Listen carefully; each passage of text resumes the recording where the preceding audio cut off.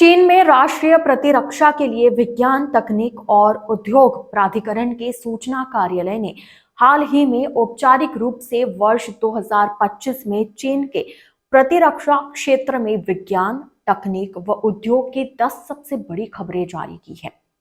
पहली खबर यह है कि चीन जन जापानी आक्रमण विरोधी युद्ध और विश्व फासिस्ट विरोधी युद्ध विजय की 80वीं वर्षगांठ मनाने की महासभा आयोजित की, जिसमें कई नई किस्मों वाले महान उपकरण दिखाए गए। दूसरी खबर यह है कि ध्यानवन 2 सर्वेक्षण यान का सफल पर्यवेक्षण किया गया, जिसने छोटे उपग्रह के सर्वेक्षण और नमूने एकत्र कर वापस लौटने का मिशन शुरू किया है। तीसरा, चीन ने नाभिकीय ऊर्जा कानून जारी किया। चौथी खबर यह है कि विद्युत चुंबकीय कैटापॉलिट से लैस चीन का पहला विमान वाहक नौसेना में शामिल हो चुका है। पांचवी, J-20 लड़ाकू विमान की नई क्षमताएं। चीनी मीडिया ने J-20 के नए संस्करणों और क्षमताओं का प्रदर्शन किया है। छठी खबर यह है कि गोड़ी नंबर 1 परियोजना, सबसे बड़ी प्राकृतिक गैस उत्पादन क्षमता परियोजना शुरू कर दी गई है। सातवीं, वाणिज्य की अंतरिक्ष उड़ान विभाग की स्थापना।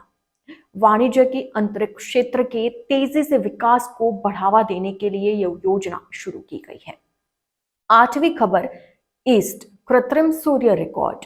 100 मिलियन डिग्री सेल्सियस पर प्लाज्मा को 1000 सेकंड से अधिक समय तक बनाए रखने का विश्व रिकॉर्ड।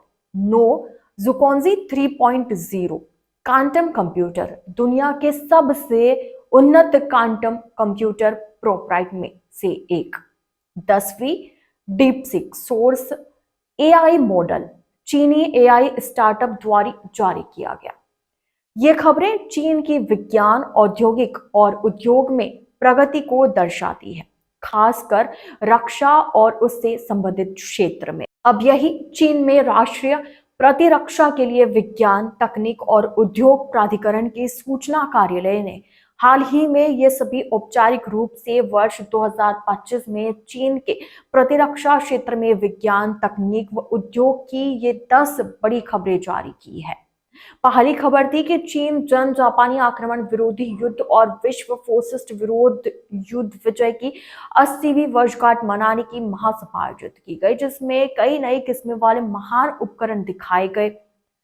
सर्वेक्षण यान का सफल परीक्षण किया गया, जिसने छोटे उपग्रह के सर्वेक्षण और नमूने एकत्र कर वापस लौटने का मिशन शुरू किया। नाभिकीय ऊर्जा कानून जारी किया गया। विद्युत चुंबकीय कैटापॉलिट से लैस चीन का पहला विमान वाहक नौसेना में शामिल हुआ।